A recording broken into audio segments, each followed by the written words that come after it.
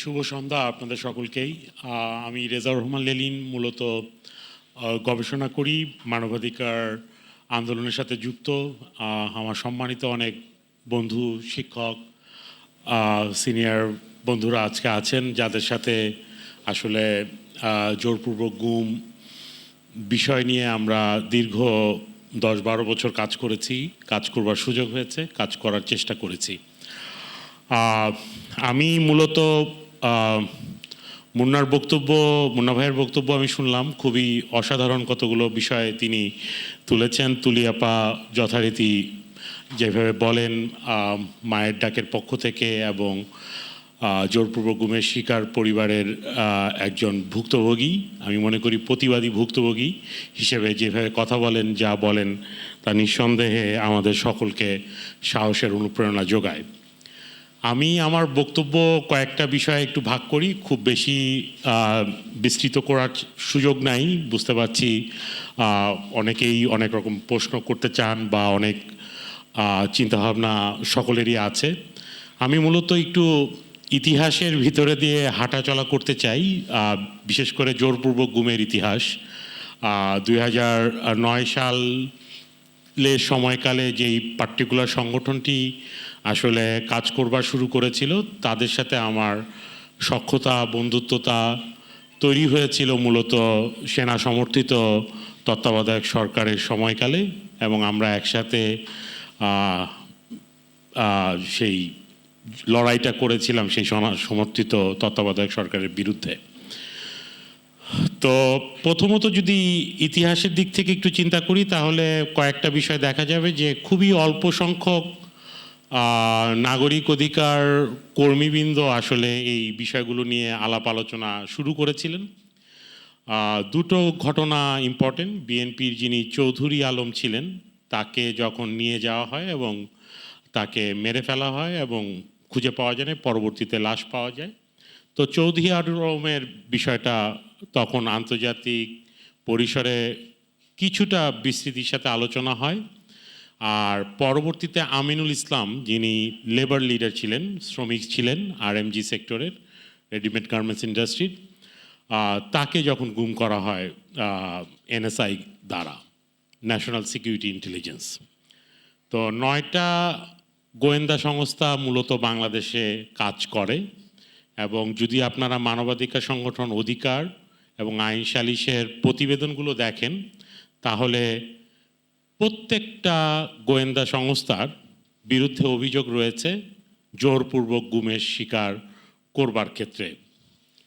এর ভিতরে কম বেশি সংখ্যা আছে, সংখ্যা কম কিংবা বেশি আসলে একদমই ম্যাটার করে না, কারণ একজন জোরপূর্বক গুমের শিকার হওয়া ঘটনাও ক্রাইম এগেনস্ট হিউম্যানিটির যে ডেফিনেশন, সেই ডেফিনেশনটা আন্তর্জাতিক পরিসরে International Crimes Tribunal Act, Rome statute বলে, যেটা ইন্টারন্যাশনাল ক্রিমিনাল কোর্ট, তার যেই স্ট্যাটিউট আছে রোম স্ট্যাটিউট, সেখানেও ব্যাখ্যা করা আছে। যদিও বাংলাদেশের যেই আইসিটি অ্যাক্ট, যেটা মুন্না ভাই বললেন, সেটা 1973 সালের ডক্টর কামাল হোসেন সহ আরও অন্যান্য ব্যক্তিবর্গ মিলে ওটা প্রস্তুত করেছিলেন। কিছু সমস্যা ছিল, কিন্তু সেটাও একটা হিস্টোরিক্যাল ডকুমেন্টস, যেটা পরবর্তীতে রোম স্ট্যাটিউট ফরমেশনের ক্ষেত্রে কাজে লেগেছিল। এখন যদি চিন্তা করেন যে আসলে মুন্না বলছিলেন, বা তুলিয়াপা মনে হয় বলেন নাই, বাট মুন্না বলছিলেন যে জোরপূর্বক গুম তো আসলে শুধু আওয়ামী লীগের আমলে হয় নাই। কিন্তু আমি প্রশ্নটা একটু অন্যভাবে করতে চাই, জোরপূর্বক গুমের ধারণা আমরা কি 2009-এর আগে বুঝতে পেরেছিলাম কিনা? যদি এই প্রশ্নটা করি, তাহলে আসলে উত্তরগুলো আছে। কেননা আমি এর আগেও কিছুদিন সময় মানবাধিকার কর্মী হিসেবে বা অধিকার কর্মী হিসেবে বিভিন্ন গবেষণা কাজের সাথে যুক্ত ছিলাম, কিন্তু কোনো সংগঠন কখনোই 2009-এর আগে, আসলে 2010-এর আগে কেউই জোরপূর্বক গুম সংক্রান্ত বিষয়ের নিয়ে কোনো ধারণা বা কর্মকাণ্ড করেন নাই বা আলাপ আলোচনা করেন নাই। তো তো সেটা একটা বাধা, যেই নলেজ আমার নাই, যে জ্ঞান আমার নাই, সেই জ্ঞান না থাকার ফলে আমি কেমন করে সেই অপরাধকে ব্যাখ্যা করব। তার আবার কিছুটা আপনার প্রতিবিম্ব বলে নাকি বলে, যে তার একটা ধারণা আমরা পাই দীপুমণির কথায়। দীপুমণি ইউপিআর সেশনে যে 2009 সালের, সম্ভবত এটা ফেব্রুয়ারি মাসের কোনো এক সময়, যদি ভুল না করে থাকি 23শে ফেব্রুয়ারি, তো ডাক্তার দীপুমণি তিনি তখন বললেন, ইউপিআর সেশন হচ্ছে জেনেভাতে, ইউনিভার্সাল পিরিয়ডিক্যাল রিভিউ, সেখানে বললেন যে বাংলাদেশে কোনো গুম টুম হচ্ছে না এবং জিরো টলারেন্স এক্সট্রা জুডিশিয়াল কিলিংয়ের বিপক্ষে। তো এখন এইটা কিন্তু আবার ট্রান্সফর্ম হয়েছে যখন আমরা কম বেশি নতুন, আপনারা জানেন যে অ্যাম্বাসিতে যাওয়াটাও, মানে এখানকার যেই পার্টিকুলার অ্যাম্বাসি, ইউরোপিয়ান পার্লামেন্টেরিয়ানরা আসে, তাদের সাথে দেখা করা, তারপরে ইউএস অ্যাম্বাসিতে বেড়াইতে যাওয়া, মাঝে মাঝে ঢোলে ঢোলে খাবার খাওয়া, ভালোই। কিন্তু সেই সময়ও ধরেন নাগরিক অধিকার রক্ষায় যারা নিয়োজিত, নিজেদেরকে সুরক্ষা প্রদান করবেন বলে ঘোষণা করেছেন, তারাও কিন্তু বলা শুরু করলেন দুটো বিষয়, যে জোরপূর্বক গুম এবং একই সাথে সীমান্তে হত্যাকাণ্ড, এই দুটি বিষয় কোনো অপরাধ বা মানবাধিকার ডিসকোর্সের বিষয় নয়। এই আলাপগুলো 2009 এবং 10 সালের দিকে, পার্টিকুলারলি আমি জানি বর্তমানে যে আদিলুর রহমান খান আছেন এবং নাসিরুদ্দিন এলান, সাজ্জাদ হোসেন, তাসনিম ফাহমিনা এবং তার কর্মীরা, এই চারজন সহ তার সাথে যারা প্রায় 10-11 জন কাজ করতেন, তারা সবাই নানানভাবে ফেস করেছেন। হয়তো সেই কারণেও জোরপূর্বক গুমের যে সংজ্ঞায়ন, তারও একটা তারতম্য দেখা গিয়েছে মানবাধিকার সংগঠনগুলো যারা এর পরিসংখ্যানগুলো রাখতেন। তো এই জন্য দেখবেন যে অনেক সময় জোরপূর্বক গুমের সংখ্যা অধিকারের একরকম, আইন ও সালিশ কেন্দ্রেরও আরেক রকম। এই বিষয়গুলো বলছি এই কারণেই, এই বোঝাপড়াটা আমাদের জন্য জরুরি, যে আমরা যখন এই যে কমিশন করে বিচার প্রক্রিয়ার মধ্যে ঢুকতে যাচ্ছি, এই বিচার প্রক্রিয়াটাও আসলে কেমন করে ফাংশন করবে বা কেমনভাবে আসলে এটা চলবে, সেটা নিয়েও আসলে বোঝাপড়ার দরকার আছে। কেননা 45 দিনের মধ্যে প্রায় 15 বছরের উপরের সময়ের আপনার জোরপূর্বক গুমের ঘটনা, প্রায় 703 জনের কথা আমরা জানি। তাদের প্রত্যেকেরকে কেমন করে নাগরিক সমাজের প্রতিনিধিদের তৈরি করা কমিশন এবং একই সাথে উপদেষ্টা মণ্ডলীর কমিশন, তৈরি করা কমিশন কেমন করে ফাংশন করবে, সেই প্রশ্নটাও করা দরকার। যেই অর্ডারটা এসেছে সেই অর্ডারের ভিতরে কিন্তু সময়টার উল্লেখ নাই, কিন্তু পত্রপত্রিকাতে আমরা দেখেছি 2010 সাল থেকে নিয়ে 5ই অগাস্ট 2024 পর্যন্ত এই কাজগুলো, মানে যেই ধরনের গুমের ঘটনা ঘটেছে সেটার বিষয় সম্পর্কে শুনবেন, কি ঘটনা ঘটেছিল তা লিপিবদ্ধ করবেন এবং বিচার প্রক্রিয়া কেমন করে সম্পূর্ণ করা সম্ভব সেই বিষয়গুলো সম্পর্কে দিক নির্দেশনা দেবেন।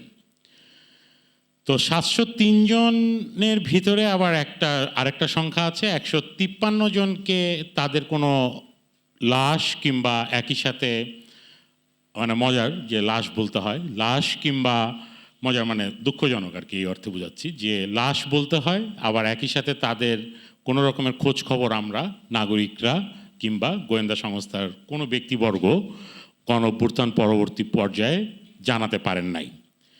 তো 153 জনের উপরে দাঁড়িয়ে যে 87 জনের ইন্টারভিউটা HRW করেছিল, তার সাথে আমি যুক্ত ছিলাম। তো সেই আলাপ আলোচনা প্রায় 1.5 বছর যাবৎ আমরা HRWর সাথে কাজ করেছিলাম।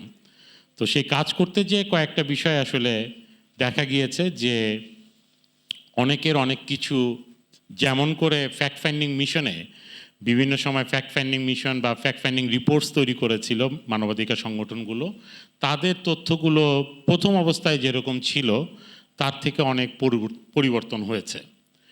তো এই বিষয়গুলো কমিশন যখন কার্যক্রম পরিচালনা করবে, এই কাজগুলো কেমন করে আসলে পরিচালনা করবে সেই বিষয় সংক্রান্তেও আসলে এক ধরনের মডিউল প্রস্তুত করা প্রয়োজনীয়।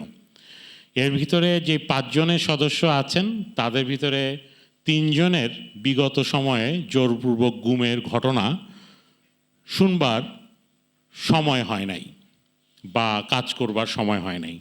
কেউ কাজ না করে থাকলেও আমি মনে করি নতুন করে কাজ করতে পারে, এটাই গণতান্ত্রিক প্রক্রিয়া, কিন্তু তাদের একটা সময় লাগবে বলে আমি মনে করি।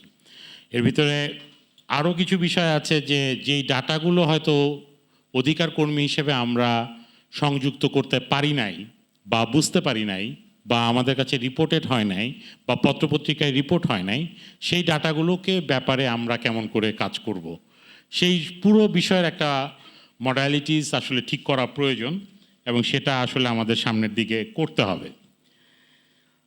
এখন হয়তো আমরা মোটামুটি এই ধরনের বিচার বিভাগীয় কমিশন কিংবা কমিশনের একটা রাজনীতি আছে বাংলাদেশে। এখন পর্যন্ত 4-5টা কমিশন ফাংশন করেছে। একটা কমিশনকে ইলিগাল ডিক্লেয়ার করা হয়েছিল, truth and reconciliation commission, back in 2008। ডিক্লারেশনটা ইলিগাল ডিক্লেয়ার্ড হয়েছিল 2011 সালের মে মাসের কোনো এক সময়। আর দুর্নীতি দমন কমিশন বলেন, জাতীয় মানবাধিকার কমিশন বলেন, তথ্য কমিশন বলেন আর আইন কমিশন বলেন, এই 4 কমিশনের বিগত ইতিহাসে 53-54 বছরে কোনো গ্রহণযোগ্য কর্মকাণ্ড নাগরিকদের কাছে হাজির নাই। তো আমরা 45 দিনের এই কমিশন গঠন করে 1.5 মাস, কিছুটা তাবলিগ জামাতের চিল্লার মতন 40 দিনের জন্য যায় আর 2-3 দিন প্রিপারেশন লাগে। কেমন করে আমরা এটা সমাধান করব সেটা আমি আসলে খুব শিওর না। দ্বিতীয় বিষয়টা হলো বিচার বিভাগীয় 2 জন বিচারক আছেন। এই বিচারকদের কাছে অ্যাজ এ হাইকোর্ট ডিভিশনের হন আর অ্যাপিলেট ডিভিশনের হন, এই বিচারকদের কাছে তুলিয়াপার মতন আরও 7 জন পরিবার হ্যাভিয়াস কর্পাস রিট পিটিশন দায় করেছিল এবং তাদের কারোরটাই তারা যথাযথ, পর্যাপ্ত এবং প্রয়োজনীয় সময় নিয়ে সমানুপাতিকভাবে কেউই তাদের হ্যাভিয়াস কর্পাস রিট পিটিশনগুলো শোনেন নাই। আমি ঠিক বুঝতে পারি না এই অপরাধী মন নিয়ে তারা কেমন করে কমিশন পরিচালনা করবেন কিংবা কেমন করে বিচারালয়ে যেই আইনেই আপনি বিচারের জন্য দ্বারস্থ হন না কেন, তারা কেমন করে এই বিচার প্রক্রিয়া চালু রাখবে, এগুলো প্রশ্ন আমার কাছে। দ্বিতীয় প্রশ্নটা আমার কাছে আরও ভয়াবহ মনে হয়। এই যে জিয়াউল হাসান বা যারা যারা এই সকল জোরপূর্বক গুমের সাথে জড়িত ছিলেন, এর ভিতরে কয়েকজন মারাও গেছেন, যাকে আর্কিটেক্ট অফ এনফোর্স ডিসঅ্যাপিয়ারেন্সের জনক বলা হয়, এইচ.টি. ইমাম, মারা যেয়ে তো বেঁচে গেছেন।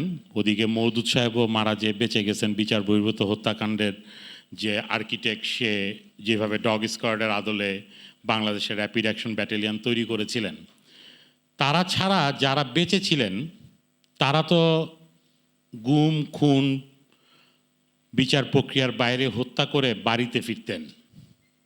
সে বাড়িতে ফেরার পরে সন্তানদের আদর করতেন ওই হাত দিয়ে, স্ত্রীকে হয়তো ভাত খাইয়ে দিতেন, বৃদ্ধ মাকে হয়তো খাবার জোগাড় করে দিতেন। সে বৃদ্ধ মা, স্ত্রী এবং সন্তানরা কোথায় আছেন, কেমন আছেন, তারা কি কখনো কথা বলবেন?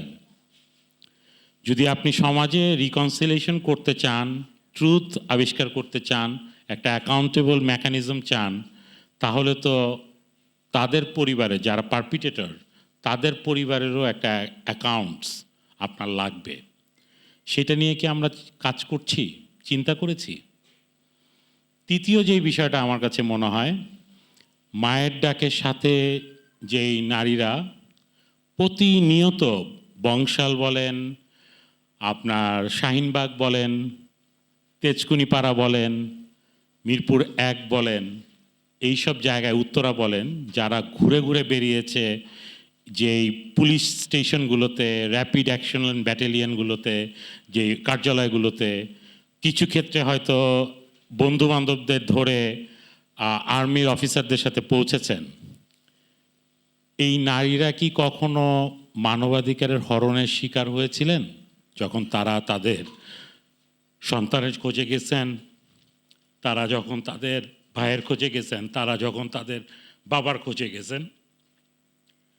আর আমরা মানবাধিকার কর্মীরা তো কন্টিনিউয়াসলি এই পুরা প্রক্রিয়ার মধ্যে বিচার চাওয়ার দাবি করে তাদের সন্তানদেরকে ছবি ছাপাইছি, ছবি ছাপায় ঢাকা শহরের বিভিন্ন জায়গায় ছড়াই দিছি, নিজেদের প্রোফাইল পিকচার বানাইছি। সেই বাচ্চাগুলো যখন স্কুলে গেছে, সেই শিশুরা যখন নিজেদের পরিবারের মধ্যে গেছে, তাদের সাইকোসোশ্যাল ক্যাপাবিলিটি এখন কেমন?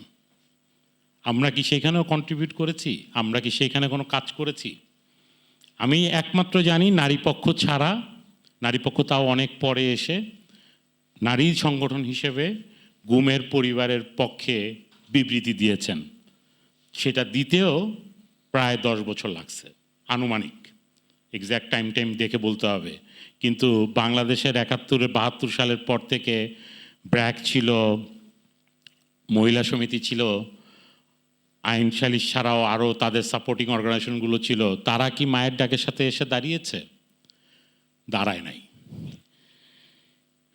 লাস্ট যেই বিষয়, 2-3টা বিষয় একটু বলি। একই সাথে এই গুমের ঘটনা, জোরপূর্বক গুমের ঘটনা কেমন করে আমাদের বন্ধুত্ব সম্পর্ক, অনেক দিনের চেনা জানা আত্মীয় স্বজনের সম্পর্ক নষ্ট করে দিয়েছে জাস্ট এই আলোচনা তোলার কারণে, সেটার ভিকটিম তো আমি নিজে।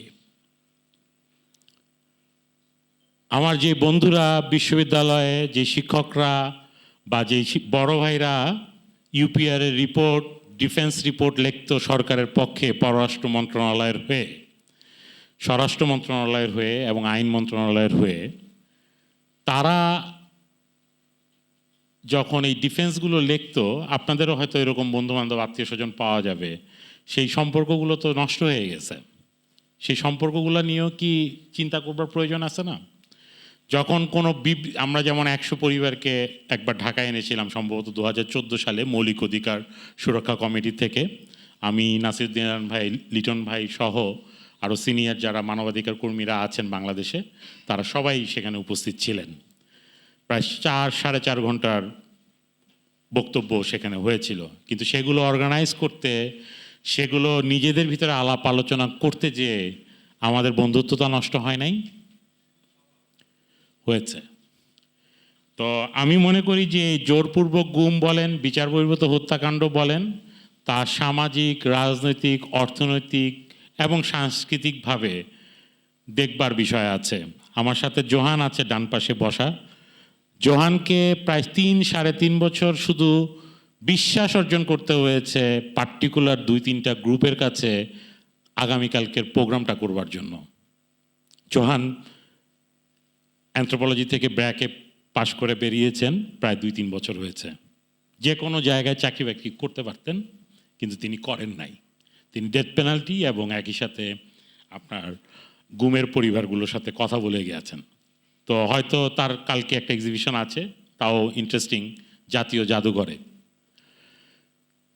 কিন্তু প্রাইভেট কোনো প্রতিষ্ঠান বলেন কিংবা আপনার আধা বেসরকারি প্রতিষ্ঠান বলেন, কেউ তো রাজি হয় না। ইভেন ছবির হাটের মতন জায়গাগুলোও ক্লোজ করা দেওয়া হয়েছে শুধু শৈল্পিক স্বাধীনতা রক্ষা করবার ক্ষেত্রে। আর 2-1টা বিষয় একটু বলি, লিগ্যাল বিষয়গুলো যেগুলো আসছে, আমি মুন্নার সাথে একদমই একমত। কিন্তু যে আলাপগুলো এখন চলছে, তুলি আপাদেরকে নানানভাবে আশ্বাস দেওয়া হচ্ছে যে নতুন আইন করতেছি, নতুন আইন করার মধ্য দিয়ে জিয়াউল হাসান সহ সবগুলোর বিচার করব। কিভাবে বিচার করবেন আপনি? আপনি ডিজিএফআই থেকে হামিদকে সরানোর পরে তার কিছুদিন পরে নিয়োগ দিয়ে দিয়েছেন নতুন আরেকজনকে। আপনি তো ডিজিএফআই নিয়ে প্রশ্ন করেন নাই। আপনি বলতেছেন বৈপ্লবিক সরকার তৈরি হচ্ছে, গণ অভ্যুত্থান পরবর্তী সরকার তৈরি হচ্ছে।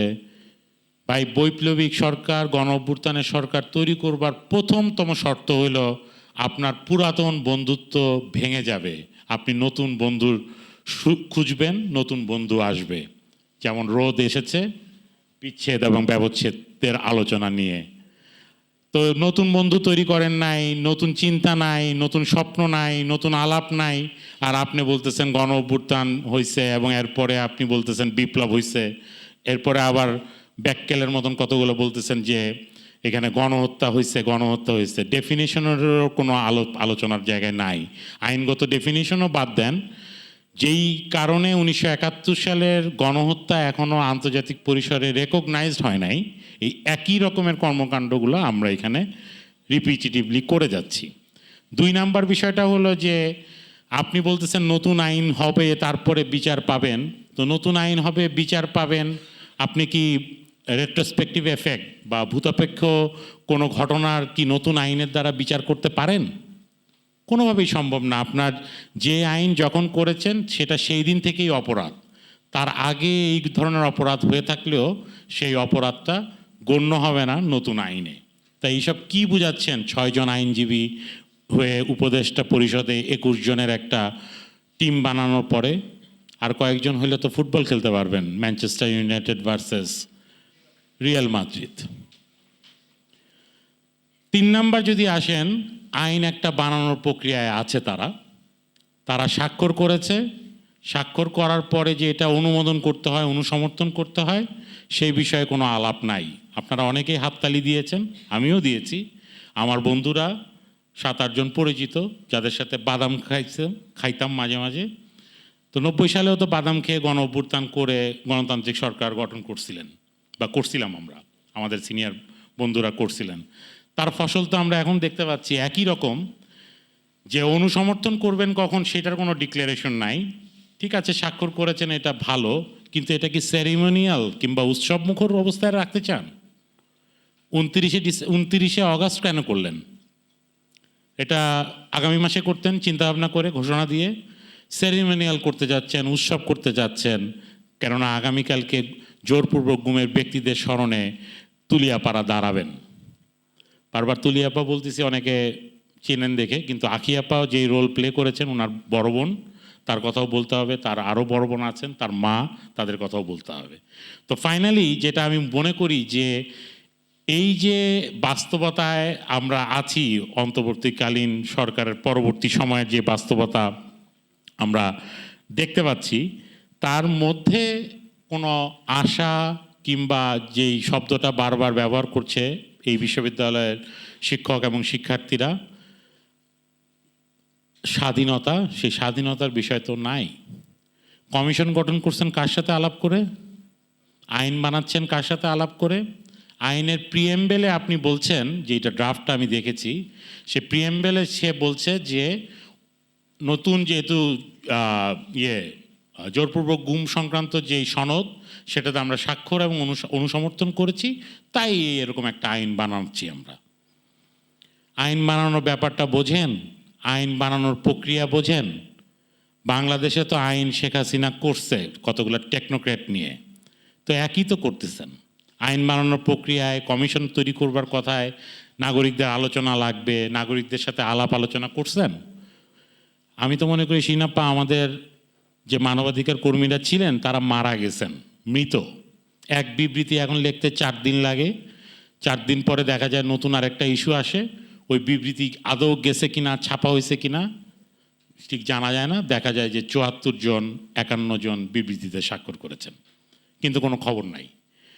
তো আমি মনে করি প্রথমত গণ অভ্যুত্থান পরবর্তী জায়গায় যদি জোরপূর্বক গুম, বিচার বহির্ভূত হত্যাকাণ্ড সহ যে কাস্টোডিয়াল টর্চারের কথা মুন্না ভাই বলছেন, সকল প্রকার নাগরিক রাজনৈতিক অধিকার সংক্রান্ত বিষয়ে কাজ করবার আগে একটা বিস্তর ব্যাপক আলাপ আলোচনার প্রয়োজন, এবং এটা গণতান্ত্রিক প্রক্রিয়া যার মধ্যে নাগরিকদের অংশগ্রহণ থাকবে, নিজেদের স্বচ্ছতা থাকবে এবং বৈষম্যমূলক কর্মকাণ্ড করা যাবে না।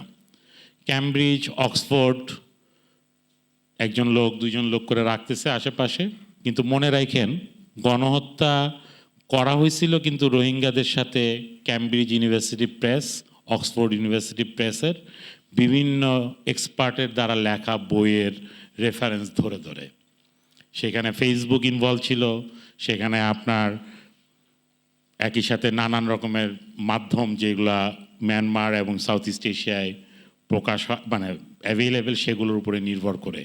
বাংলাদেশের ছাত্র জনতার গণ অভ্যুত্থান হয়েছে, কিন্তু সেখানে রোহিঙ্গাদের বিচার বহির্ভূত হত্যাকাণ্ড নাই, জোরপূর্বক গুমের আলাপ নাই, সেখানে মায়ের ডাকও কিছু বলতে পারে না বা বলতে পারার মতন ক্ষমতা অর্জন আমরা করি নাই, আর নাগরিকরা তো করেই নাই। গত 1.5-2 মাসে রোহিঙ্গাদের জোরপূর্বক গুম বিচার বহির্ভূত হত্যাকাণ্ডের কথা আমরা শুনি নাই। কমপক্ষে 100 জন বিচার বহির্ভূত হত্যাকাণ্ডের শিকার হয়েছে গত 7 বছরে রোহিঙ্গাদের কমিউনিটির ভিতরে। জেনোসাইড রিমেম্বারেন্স ডে তাদের গিয়েছে 25শে আগস্ট। ডক্টর ইউনূসের একটা মাত্র শব্দ, সেদিনও তিনি বিবৃতি দিয়েছেন, বিবৃতি না, টিভিতে অ্যাপিয়ার করেছেন, বক্তৃতা দিয়েছেন প্রধান উপদেষ্টা হিসেবে, সেখানেও সেই একমাত্র কথা বলছে। তো নাগরিক আকারে যখন আমরা জোরপূর্বক গুমের বিচার চাচ্ছি, রোহিঙ্গারা কি আপনার আমার মানুষ না? তাদের কথা তো বলি না। গুমের সংখ্যা তো কোনো হিসাবই নাই। তো আমি জাস্ট লাস্ট আরেকটা কথা বলেই শেষ করি, অনেকবার লাস্ট বলতেছি, কিন্তু যেই জিনিসটা আমি একদম স্পষ্টভাবে মনে করি যে বাংলাদেশের যেই বাস্তবতায় আমরা জোরপূর্বক গুমের বিচার করতে চাচ্ছি, তার জন্য একমাত্র আইন আমার দেখা যেটা রয়েছে বা আমার বোঝাপড়ার ভিতরে রয়েছে, সেটা হলো আন্তর্জাতিক অপরাধ ট্রাইব্যুনাল। এই আন্তর্জাতিক অপরাধ ট্রাইব্যুনালের অভিযুক্ত আসামি ছিলাম আমি, শিনাপাও ছিলেন, আরও অনেকেই ছিলেন, প্রায় 49 জন। একজন অবশ্য বেঁচে গেছেন সামহাও, উনি আসামিও হইতে চায় নাই, উনি স্বাক্ষরকারীও হইতে চায় নাই, কিছুই হয় নাই, হাসি খুশি থাকতে চেয়েছেন। তো হাসি খুশি উনি আছেন। তো যাই হোক, এখন যেটা হলো যে এই আইনের দ্বারা হতে হবে। এই আইনের উপরে অলরেডি শেখ হাসিনার নামে সম্ভবত শোনা গেছে 72টা মনে হয় মামলা হয়েছে গতকালকে, আমি যদি ভুল না করে থাকি।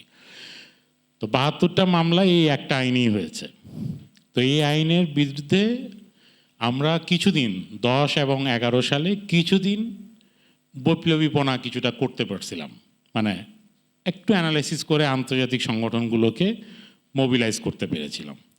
কিন্তু মজার ব্যাপার হলো আমাদের কাজ, আগের কাজ ডকুমেন্টেশন আদালতে প্রমাণ হিসেবে ব্যবহার করেছে, প্রবন্ধ নিবন্ধ প্রমাণ হিসেবে ব্যবহার করবার ক্ষেত্রে একদমই লাস্ট স্টেজে থাকে।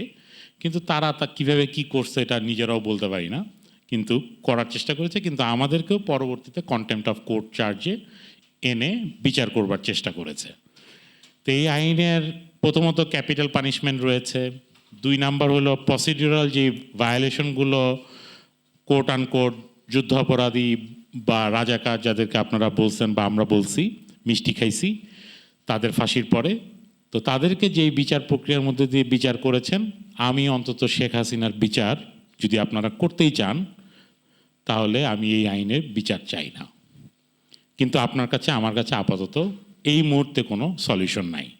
সলিউশন একটা আছে, 72টা মামলা বাদ রেখে আইনটা যদি সংশোধন করেন, অ্যাপিল প্রসিডিওরে এই মামলায় ট্রাইব্যুনাল যদি কোনো রায় দেয় তাহলে সেটা নাকি কোথাও প্রশ্ন করা যাবে না, এরকম ব্যবস্থাপনা রেখে আপনি আইন বানাবেন আর বিচার করবেন অপরাধের অভিযুক্ত ব্যক্তিদের, সেই বিচার আসলে বাংলাদেশের যেই ছাত্র জনতা আপনাদের পাশে থেকে আপনাদের সুযোগ করে দিয়েছে, মনোনয়ন করে দিয়েছে রাষ্ট্র চালানোর জন্য, আমার শিক্ষক থেকে শুরু করে বন্ধুরাও আছেন, আমি মনে করি আপনাদের বিরুদ্ধে তারা দাঁড়াবেন এবং আপনাদের জন্য বিচার করবার জন্য হয়তো প্রস্তুত হয়ে আছেন।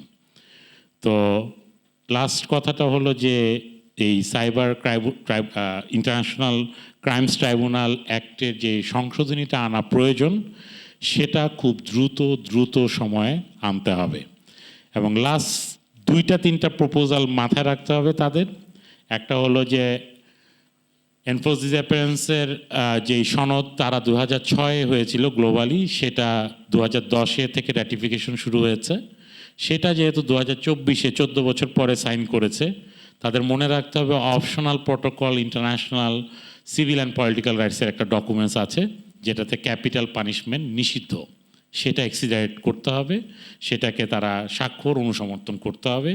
বাংলাদেশে কোনো প্রকার ফাঁসি কিংবা আপনার ডেথ পেনাল্টি থাকা যাবে না। মনে পড়তেছে সেক্রেটারি রিপোর্টের কথা, লেথাল উইপন ব্যবহার করা হয়েছিল সুমনের প্রতি, ভয়াবহ। আপনারা যারা সুমনের ছবি দেখেন, আমি কিছু ছবি দেখছি, আমি কখনো দেখি নাই সুমনকে, কিন্তু বহুত কথা তো লেখালেখি হয়েছে, কিন্তু ছবিগুলো দেখেন, ছবিগুলোতে অদ্ভুত এক সততা আছে যেটা আপনার আমার নাই। তো এটা করতে হবে। 2 নাম্বার হলো ডিজিএফআই এর যে আয়নাঘর সহ আরও 23টা সেক্রেট ডিটেনশন আছে। এই আইনটা অনুসমর্থনের ফলে রাষ্ট্রের দায়িত্ব হলো, প্রধানতম দায়িত্ব হলো এই সেক্রেট লোকেশনগুলো খুঁজে বের করা, কেননা এই ইন্টারন্যাশনাল কনভেনশন তাই বলে, এবং সেই সংক্রান্ত বিষয়ে আইনে কথা বলা। তো সেটা বের করতে হবে। আরও 23টা আছে বলে আমরা শুনতে পেরেছি ডিজিএফআই এর হেডকোয়ার্টারের ভিতর থেকেই। তো সেটা খুঁজে বের করতে হবে এবং ধ্বংস করা যাবে না। এগুলা আপনার শেখ হাসিনার সরকার এবং তার মন্ত্রীদের অপরাধের প্রমাণ। সেগুলোকে বাংলাদেশের যেই শিশুগুলো এতদিন যাবৎ বিচার চেয়েছে রাস্তায় দাঁড়িয়ে দাঁড়িয়ে, যাদেরকে আপনারা ব্যবহার করেছেন, আমরা ব্যবহার করেছি, তাদের জন্য এগুলোকে জাদুঘর হিসেবে ঘোষণা করতে হবে এবং এই জাদুঘর বানাতেই হবে। জাদুঘরের একটা বিপদও আছে, তানজিম স্যার মনে হয় হাসতেছেন একটু, আমি বুঝতেছি। এই জাদুঘর এইখানেও চলছিল, আরেকজন শিক্ষক ওয়াকিং মিউজিয়াম বানাইছিল এই বিশ্ববিদ্যালয়ে, এখান থেকেই মনে হয় শুরু হয়েছিল সেটা, লাল গালিচা টালিচা দিয়া হলুদ টলুদ নীল টিল কইরা। ওইসব মানে আগডুম বাগডুম করা যাবে না। ইতিহাসের কথাগুলো সঠিকভাবে বলতে হবে, লিখতে হবে, এবং তার মধ্য থেকে ওই আয়নাঘরগুলোকে জাদুঘর হিসেবে ঘোষণা করতে হবে। আর র্যাপিড অ্যাকশন ব্যাটালিয়ান থাকবে না থাকবে না, ডিজিএফআই থাকবে কি থাকবে না, তার ব্যবস্থাপনার অবস্থা বাংলাদেশে বিদ্যমান। ডিজিএফআই রাখতে পারবে না শেষ পর্যন্ত। যদি রাখে, পিসকিপিং মিশনের অবস্থা খুবই খারাপ হবে। রেমিটেন্স যদিও বলেন রেমিটেন্স যোদ্ধা, শুধু বলতে থাকি আমরা প্রবাসী শ্রমিকদের, মনে রাখেন ওদের 57টা ব্যবসার, মানে বাংলাদেশ আর্মির কথা বলতেছি, এই সময় কিছুটা বলা যাবে, কিছুদিন বইলা নেওয়া যেতে পারে। 57টা ব্যবসা যেটা আছে, 57টা ব্যবসা পিসকিপিং রেমিটেন্স যদি বন্ধ হয়ে যায়, পিসকিপিং মিশন যদি বন্ধ হয়ে যায়, তাহলে রেমিটেন্সের মধ্য দিয়েও বন্ধ হবে এবং একই সাথে তাদের ব্যবসা এবং 10 টাকার প্লট নেওয়া বন্ধ হয়ে যাবে। আর 3 নাম্বার বিষয়টা, যেটা র্যাপিড অ্যাকশন ব্যাটালিয়নের নামে অলরেডি স্যাংশন আছে, পুলিশের যেই ডিটেকটিভ ব্রাঞ্চ, এনএসআই, এসবি, এদের হেডগুলো সম্পর্কে যেই ধরনের ডকুমেন্টস, আপনারা যাদের যেই হুইসেল ব্লোয়িং সাংবাদিকদের কথা বলছেন, যেই ধরনের ডকুমেন্টস আছে তা যথারীতি প্রকাশিত হবে বলে আমি শুনেছি। তো সেগুলো আসলে নিয়ে শেষ পর্যন্ত র্যাপিড অ্যাকশন ব্যাটালিয়ন এবং ডিজিএফআই বাংলাদেশে থাকতে পারবে না, এবং সেটা কখন কত দ্রুত থাকতে পারবে না সেই ব্যবস্থাপনার ধারক বাহক আমরাই, আমাদের বাইরে আর কেউ নাই। Thank you.